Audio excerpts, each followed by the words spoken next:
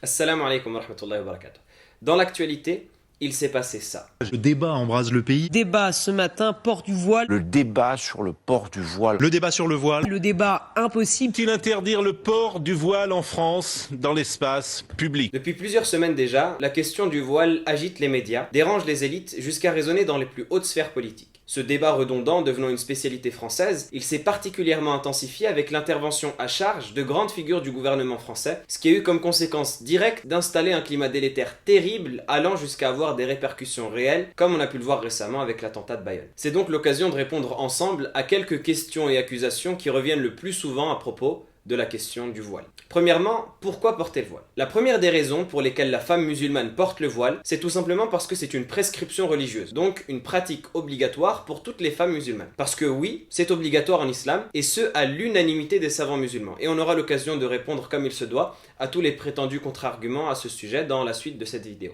Il faut savoir ici, et c'est très important de le mentionner, qu'en islam, nous respectons les obligations religieuses comme elles sont mentionnées, sans rattacher l'application à la connaissance de la sagesse. C'est-à-dire que si on sait la sagesse qu'il y a derrière une obligation, eh bien tant mieux. Mais sinon, on l'applique quand même sans tergiverser. Donc la première et principale raison derrière le port du voile, c'est l'obligation divine. Ensuite, il est important de savoir en l'occurrence que le voile a énormément de sagesse.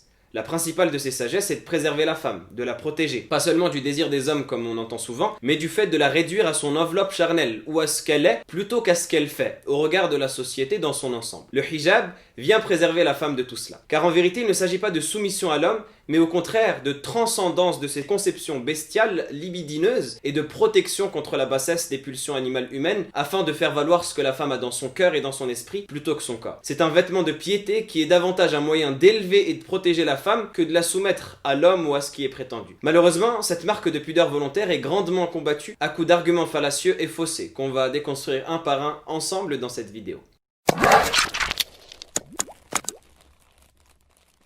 Le premier et peut-être principal argument de cette vindicte contre le voile, c'est bien évidemment la fameuse phrase « le voile n'existe pas » ou n'est jamais mentionné dans le Coran, qu'on entend sur tous les plateaux télé, les émissions, qu'on lit dans la presse ou même dans certains ouvrages. Vous allez pouvoir me répondre, vous connaissez bien mieux que moi le Coran.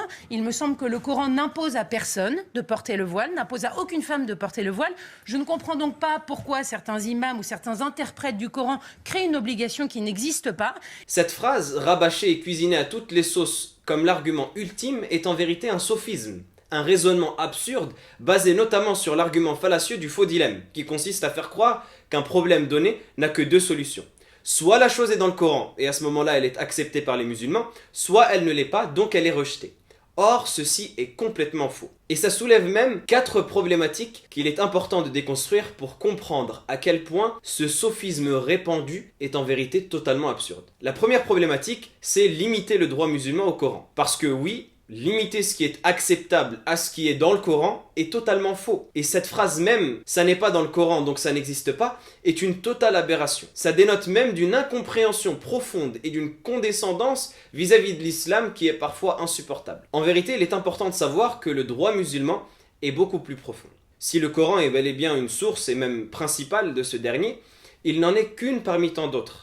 Les musulmans sunnites, qui constituent à 90% la communauté musulmane, sont tous d'accord pour dire que les principales sources du droit musulman sont, premièrement, le Coran, qui est la parole d'Allah subhanahu wa ta'ala, la parole de Dieu. Deuxièmement, la sunna ou la tradition prophétique, ce qu'on appelle généralement le hadith, donc tous les faits et propos du prophète sallallahu alayhi wa sallam qui sont rapportés de lui. Troisièmement, le qiyas, l'analogie. Et enfin, quatrièmement, al-ijma', le consensus des savants et des références théologiques à une époque donnée. Donc ça, c'est les 4 bases fondamentales sur lesquelles tous les musulmans sont d'accord, et à cela se rajoutent d'autres fondements, comme la parole des compagnons du prophète sallallahu alayhi wa sallam, l'intérêt général, ce qu'on appelle en arabe al-masalih al-mursala, etc., qui arrivent jusqu'à 15 à 30 fondements en fonction des différentes écoles juridiques. D'ailleurs, justement, à tout cela, s'ajoute le fait que la communauté musulmane est en consensus pour reconnaître 4 écoles juridiques qui sont les écoles fondamentales de droit en islam, à savoir l'école malikite, principalement présente en Afrique et en ancienne Andalousie, l'école chafirite, principalement présente en Égypte, au Moyen-Orient, en Afrique de l'Est et dans une partie de l'Asie, l'école hanafite, principalement présente en Asie, et enfin l'école hanbalite, présente dans la péninsule arabique. Ces 4 écoles de droit sont les références reconnues de tous les musulmans sunnites sans exception. Or, il y a consensus ijma' sur l'obligation du voile, et les 4 écoles sunnites se rejoignent toutes pour stipuler dans leurs ouvrages de référence que le voile est une obligation indéfectible pour la femme musulmane. À titre d'exemple, voici ce qu'on trouve dans leurs références respectives. Dans le Mukhtasar de l'imam Khalil, décédé en l'an 1365, qui est le livre de référence de l'école malikite, on trouve ce qui suit au chapitre de la nudité à couvrir, à la page 23, wa ma'a ajnabiyyin ghayrul wajhi wal kaffayn.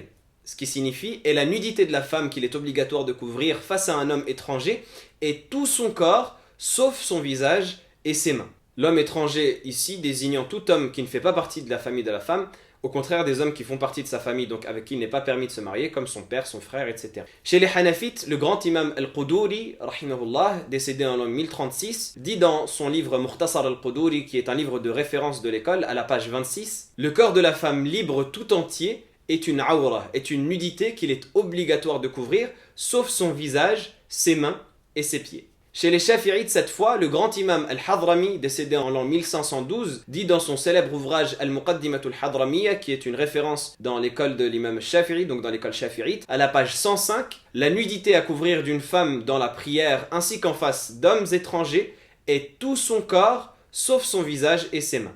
Et enfin, chez les Hanbalites, le grand imam Ibn Qudam al-Maqdisi, qu'Allah lui fasse miséricorde, qui est décédé en l'an 1223, dit dans son ouvrage de référence Al-Muqni' à la page 44, la nudité de la femme qu'il est obligatoire de couvrir est tout son corps, sauf son visage. Ainsi, cette obligation a toujours fait l'objet de consensus et n'a jamais été sujette à débat pendant 1400 ans d'islam, jusqu'à la fin du 19e siècle et début 20e siècle, de la fin de la guerre d'Algérie, période dans laquelle les colonisateurs des pays musulmans se sont associés aux despotes qui étaient en place pour faire plier les traditions religieuses, retirer de force les voiles des femmes musulmanes, que ce soit à travers leur propagande extrêmement insistante, ou même manu militari dans les cérémonies de dévoilement, comme ça a eu lieu en Algérie en mai 1958, et ainsi humilier davantage les pays colonisés, comme l'a dit d'ailleurs le maréchal Bugeaud, colonisateur de l'Algérie, dans sa célèbre citation dans laquelle il dit « Les Arabes nous échappent parce qu'ils dissimulent leurs femmes à nos regards ». Ça répond donc à ceux qui disent notamment que le hijab, le voile, est une invention du XXe siècle et que ça n'a jamais existé auparavant. Comment expliqueriez-vous que depuis 13 siècles que l'islam existe, la question du voile ne s'est jamais posée nulle part et à qui que ce soit? Oui, vous dites que le voile est arrivé dans l'islam au XXe siècle. Absolument. Ce qui est religieusement et même historiquement une pure aberration qui est bien évidemment totalement fausse. D'ailleurs, même les chiites, qui représentent le pourcentage restant de la communauté, reconnaissent l'obligation du voile à l'unanimité, ce qui fait un ijma', un consensus absolu de tous ceux qui s'affilient même à l'islam. On comprend donc avec tout cela que l'argument de « ce n'est pas dans le Coran » ne tient plus du tout.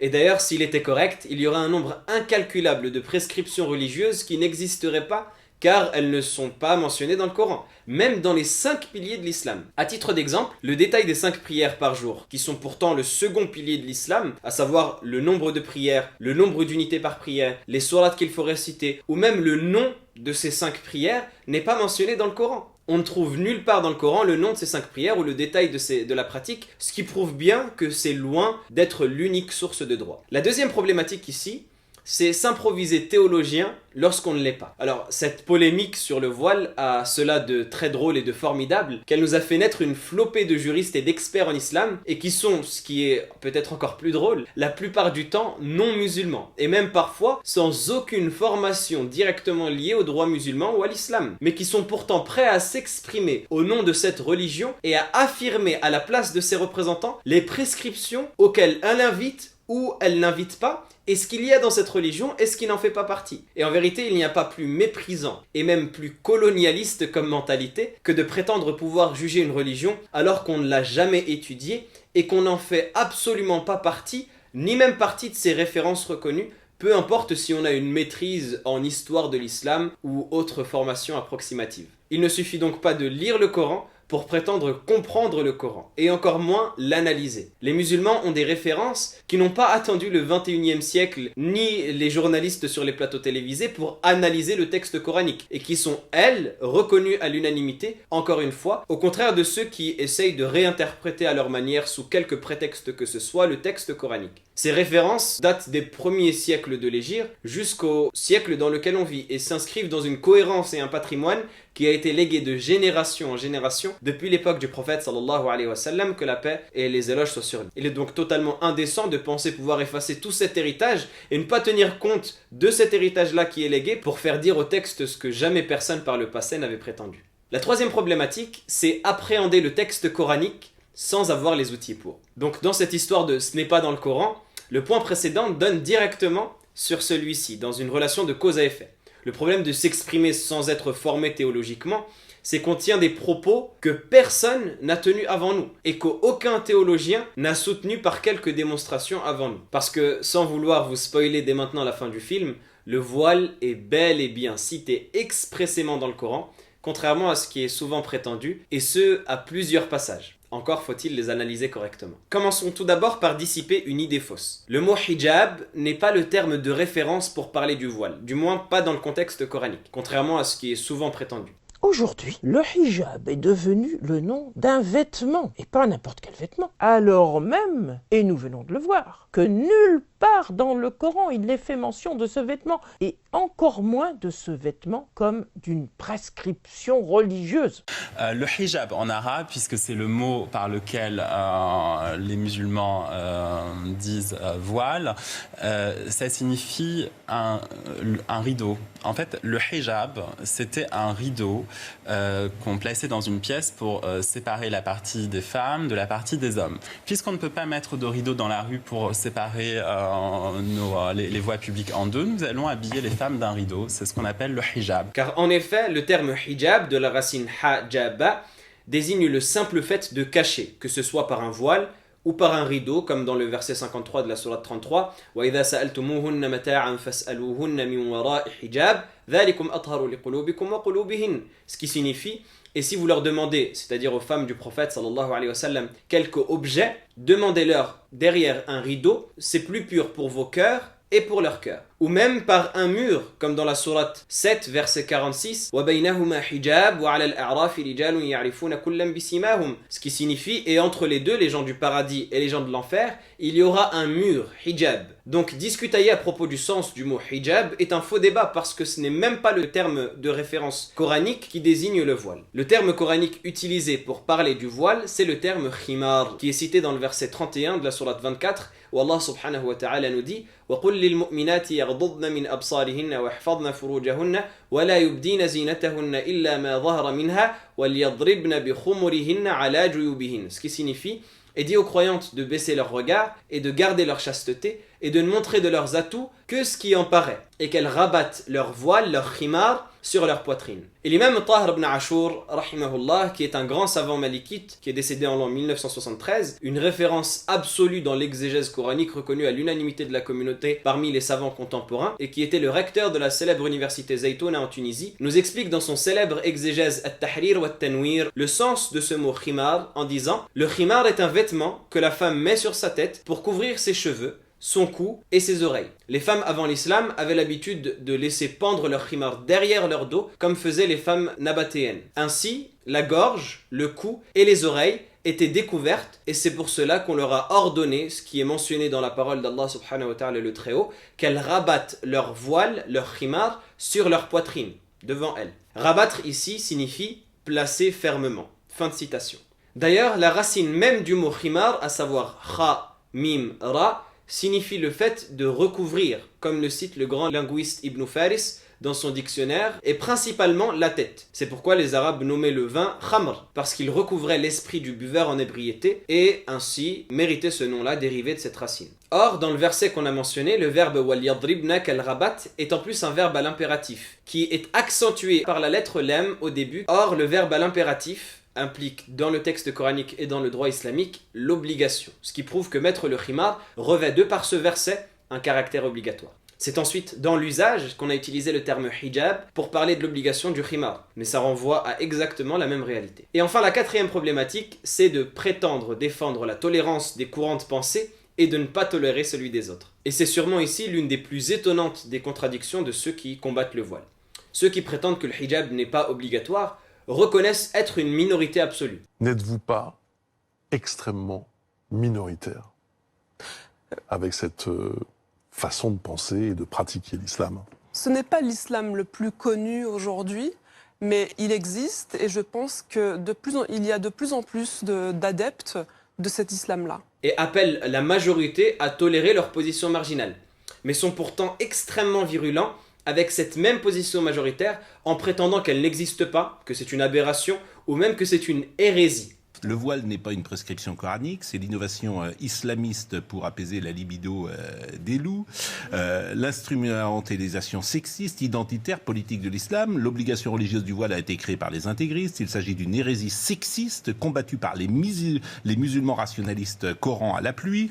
Le Coran n'a jamais employé le mot voile. Ce terme ne figure dans aucun des 3234 versets qu'il compose. C'est une création postérieure faite par la charia et soutenue par certaines traductions françaises. Donc, je veux dire, j'ai envie de vous dire, ça n'existe pas. La question qui se pose logiquement est donc la suivante.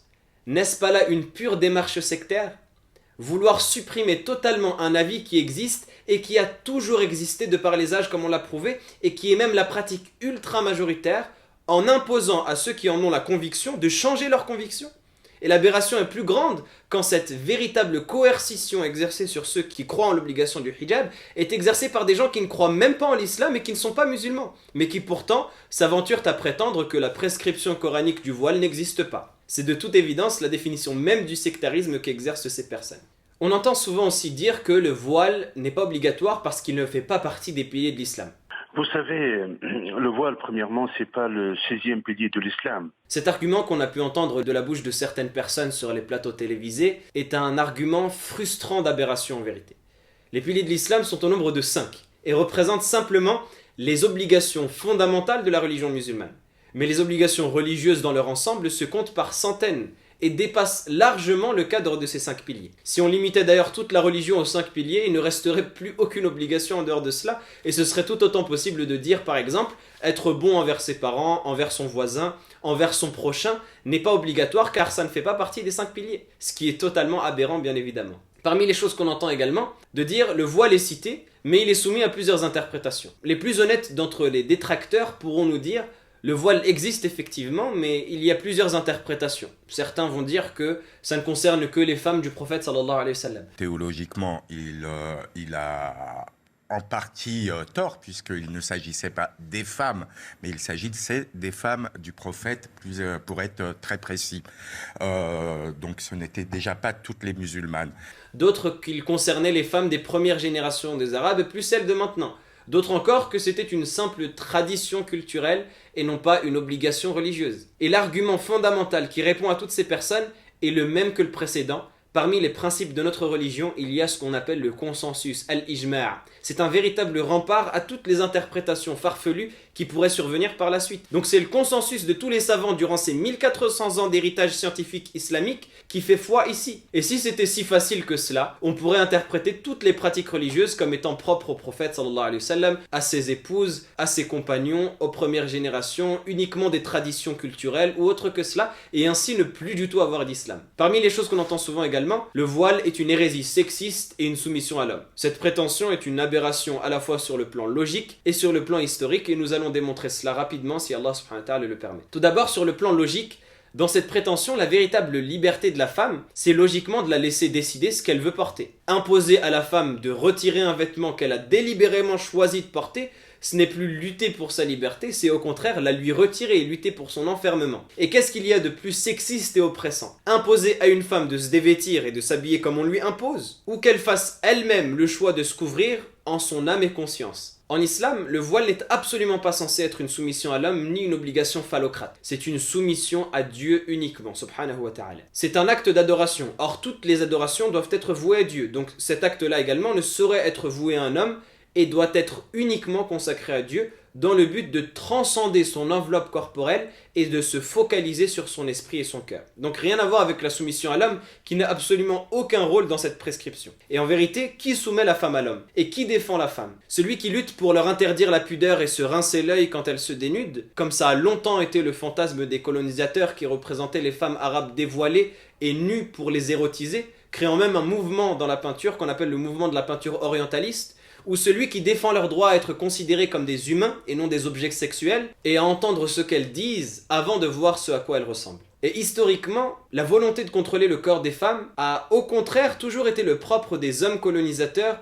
à travers notamment ce qu'on appelle le féminisme colonial, qui va tendre à légitimer la supériorité du modèle occidental contre un islam prétendu barbare et violent dans les pays colonisés. On a cité précédemment la phrase du maréchal Bugeaud en Algérie, on peut citer également Gautier, professeur à l'université d'Alger à l'époque de la colonie, qui écrivait en 1931 dans son ouvrage Mœurs et coutumes des musulmans à la page 42 « Nous sommes pleins de pitié pour les femmes musulmanes cloîtrées et tyrannisées, leur émancipation nous paraît un devoir d'humanité, une loi du progrès. » Le même mécanisme raciste et colonialiste opère aujourd'hui avec ces hommes qui veulent imposer à la femme de retirer son voile, même sous la menace et en légitimant les agressions.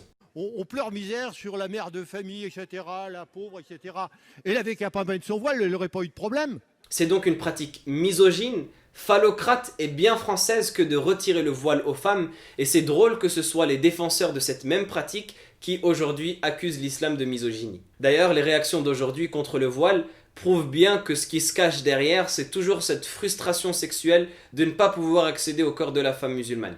À titre d'exemple, un journaliste français tweetait il y a encore quelques mois « Que signifie le port du voile ? Le refus absolu du mélange et le rejet de l'autre. Cette femme proclame dans l'espace public qu'elle n'aura jamais de relation amoureuse ou sexuelle avec un non-musulman, c'est violent, bref, l'exclusion n'est pas là où l'on croit. » On voit clairement que c'est toute la lubricité de la pensée coloniale qui est ainsi remise au goût du jour à travers ces vindictes anti-voile. Parmi les choses qu'on entend souvent également, le voile est une pratique communautariste ou de l'islam politique. Les médias ont cette tendance à utiliser des termes grandiloquents, mais flous, non définis, en les brandissant comme épouvantail censé faire peur aux corbeaux, ce qui n'a rien d'un procédé argumentaire honnête bien évidemment et relève plus de la propagande que de l'argumentation. Alors tout d'abord, avant même de commencer, qu'est-ce qui est voulu par communautarisme et qu'est-ce qui est voulu par islam politique ? Quelles sont les définitions claires de ces notions afin de pouvoir en débattre ? À quoi est-ce que cela renvoie directement ? C'est cela les questions qu'on pose. Donc si l'on veut dire par communautarisme que l'islam est une religion qui impose des prescriptions et transpose ces prescriptions-là sur le quotidien de ceux qui y croient, comme c'est le cas pour le voile, alors soit, bien évidemment, mais à ce moment-là, toutes les religions sont communautaristes. Et j'irais même encore plus loin en disant que toutes les convictions tendraient même à l'être. Être vegan, par exemple, serait être communautariste, selon cette définition. Et si l'on veut dire par islam politique le fait que l'islam est une religion complète, qui a une législation, un système réglementé, une pratique définie, alors soit également. Mais c'est ce en quoi croient tous les musulmans sans aucune exception. Ce qui ferait donc de tous les musulmans des porte-étendards de l'islam politique. Et c'est même en vérité la conviction de tout religieux, des juifs, des chrétiens, des sikhs, etc., qui ont tous une législation à respecter en laquelle ils croient. Mais la vérité, c'est que ni le terme communautariste, ni le terme islam politique ne renvoient à des concepts réellement définis, raison pour laquelle ils ont été décriés et critiqués par un grand nombre de chercheurs et de sociologues qui se sont exprimés à ce sujet. C'est plutôt des zones grises qu'on utilise pour discréditer un peu tout ce qui nous dérange, sans trop se fatiguer à apporter des arguments scientifiques logiques et qui laissent cours à tous les glissements sémantiques pour couvrir petit à petit un panel de plus en plus large de cette communauté qui nous gêne particulièrement, à savoir la communauté des musulmans. Également, parmi les choses qu'on entend, des femmes se battent dans d'autres pays et dans certaines cités françaises pour retirer le voile. Cet argument est ce qu'on appelle un sophisme par association. C'est un sophisme assez pauvre, mais qui est d'autant plus grave qu'il est souvent répété pour justifier l'agression contre les femmes voilées. Comme si on devait leur retirer de force leur voile en commémoration de celles qui combattent pour le retirer. Premièrement, le fait qu'une personne lutte pour faire le contraire de ce qu'on fait ne légitime en aucun cas de nous retirer le droit de faire ce qu'on fait. Si dans un pays donné, une population lutte pour lever l'interdiction par exemple d'avoir plus d'un enfant par famille, ça ne doit pas me faire culpabiliser moi parce que je ne souhaite pas avoir d'enfant pour le moment. Ce serait une chose absolument absurde. Ensuite, en aucun cas, une femme qui porte le voile ne l'impose à qui que ce soit par sa propre pratique. Donc invoquer le combat de celle à qui on impose de porter le voile est hors de propos. La femme musulmane qui porte le voile, personne ne le lui impose et elle ne l'impose elle-même à personne. Et le fantasme des grands frères ou des parents qui battraient leur sœur ou leur fille pour porter le voile est un fantasme qui est totalement irréel. Vous dites que vous n'avez subi aucune pression, je vous crois complètement. Est-ce que vous n'avez pas le sentiment quand même que justement c'est pas le cas, notamment dans les quartiers, où là il y a une vraie pression sur les filles, sur les jeunes filles, pour qu'elles... dans les quartiers. Et ça n'existe pas. À la bonne personne. Et ça n'existe pas. Mais pas du tout. En fait, il y a aucune, vous pouvez dire dans les quartiers, il y a aucune jeune fille qui subit une pression de sa famille, de son père, de ses frères. Dans le quartier et du quartier. Ça n'existe pas. D'ailleurs, les chiffres prouvent le contraire. Même dans l'étude publiée par l'Institut Montaigne, seuls 6% des femmes qui portent le voile prétendent le porter par contrainte. Ce qui nous donne, selon cette étude, 94% des femmes qui le portent de leur plein gré, ce qui décrédibilise fortement la légende qui veut que toutes les femmes seraient forcées à porter le voile. À ce sujet, la chercheuse Nassira Guérif Souilamas, professeure à l'université Paris 8, dit même, comme cité dans le magazine Slate, « On a transformé un fantasme en une règle intangible, en considérant que s'il y a des femmes forcées de porter le voile, toutes le sont. Ce qui a été observé dans ces enquêtes qualitatives a souvent été conforté. La majorité des femmes qui se voilent le font librement, le reste, c'est du fantasme. La vérité, au contraire, c'est que, dans le cas français, le nombre de jeunes femmes qui se plaignent que leurs parents leur interdisent de porter le voile, les empêchent de le porter librement, ou même les menacent si elles le portent, est largement plus important que celles qui sont forcées de le porter. À ce sujet, Julien Boger, doctorant en sciences politiques de l'Université de Picardie, nous dit « Les parents des jeunes femmes dont j'ai pu étudier les carrières de voilement étaient souvent très réticents à l'égard du choix de leur fille, parfois jusqu'à s'y opposer explicitement. En général, ils essayaient plutôt de les dissuader car ils ont peur pour la réussite scolaire et sociale de leur enfant ou pour sa tranquillité, voire sa sécurité. Je reçois d'ailleurs moi-même à titre personnel des centaines de questions à ce sujet de jeunes filles qui veulent porter le voile mais qui se heurtent à des refus parfois violents de leur famille. À titre d'exemple, voici un message que j'ai reçu il y a encore quelques jours.